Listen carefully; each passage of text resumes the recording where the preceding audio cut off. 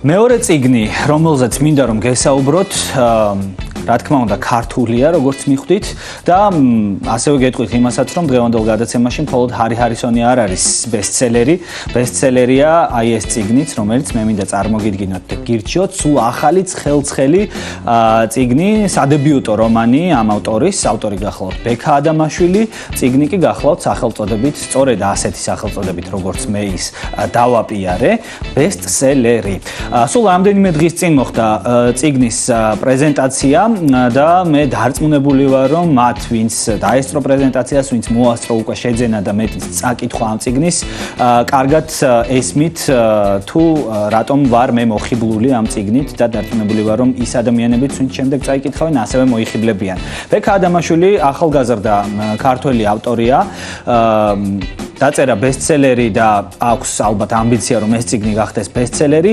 ამბავი კი გახლავთ პიერ სონაჟზე, ერთ ფრანგ მწერალზე, ბექა ადამაშვილისგან განსხვავებით უკვე გამოცდილ მწერალზე, რომელსაც ბევრი რამ აქვს დაწერილი, ბევრი იმედგაცრუება უნახავს ცხოვრებაში და აი ასე სრულიად მოულოდნელად სულ ცოტას გეტყვით წიგნიდან რაღაცებს, ბევრს არ გეტყვით, რომ არ დავკარგო ინტრიგა.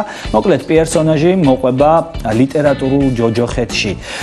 რა არის ლიტერატურული ჯოჯოხეთი? ჯობია თვითონ წაიკითხოთ, მაგრამ პერსონაჟს ძალიან ბევრი საინტერესო ადამიანი შეხვდება ლიტერატურულ ჯოჯოხეთში და თავგზასაც აუბნევს ბევრი მათგანი, მინდა წინასწარ გითხრათ. წიგნი გაჯერებულია იუმორით, ძალიან ბევრს იცინებთ, ძალიან ბევრია ხალართები წიგნში, რაც მის ასე ვთქვათ დეტექტიურ სიუჟეტს კიდევ უფრო საინტერესოს ხდის.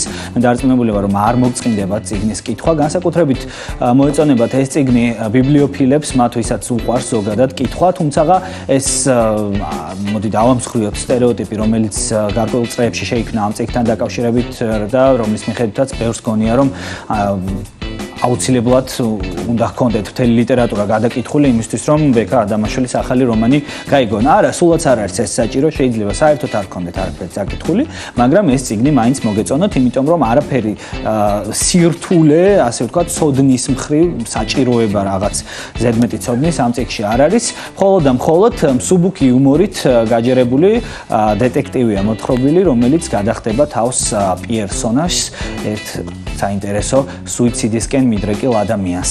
მე მინდა აღვნიშნო ამ წიგნის პლუსი და ასევე ავტორის პლუსიც იმასთან დაკავშირებით, თუ რამდენად კარგი უნარი აქვს ავტორს იყოს ონავარი, ოინბაზი და ხშირად, ესე იგი, თვალში ნაცარი შეგვაყაროს და შემდეგ სულ სხვანაირად წაიყვანოს სიუჟეტური ხაზი.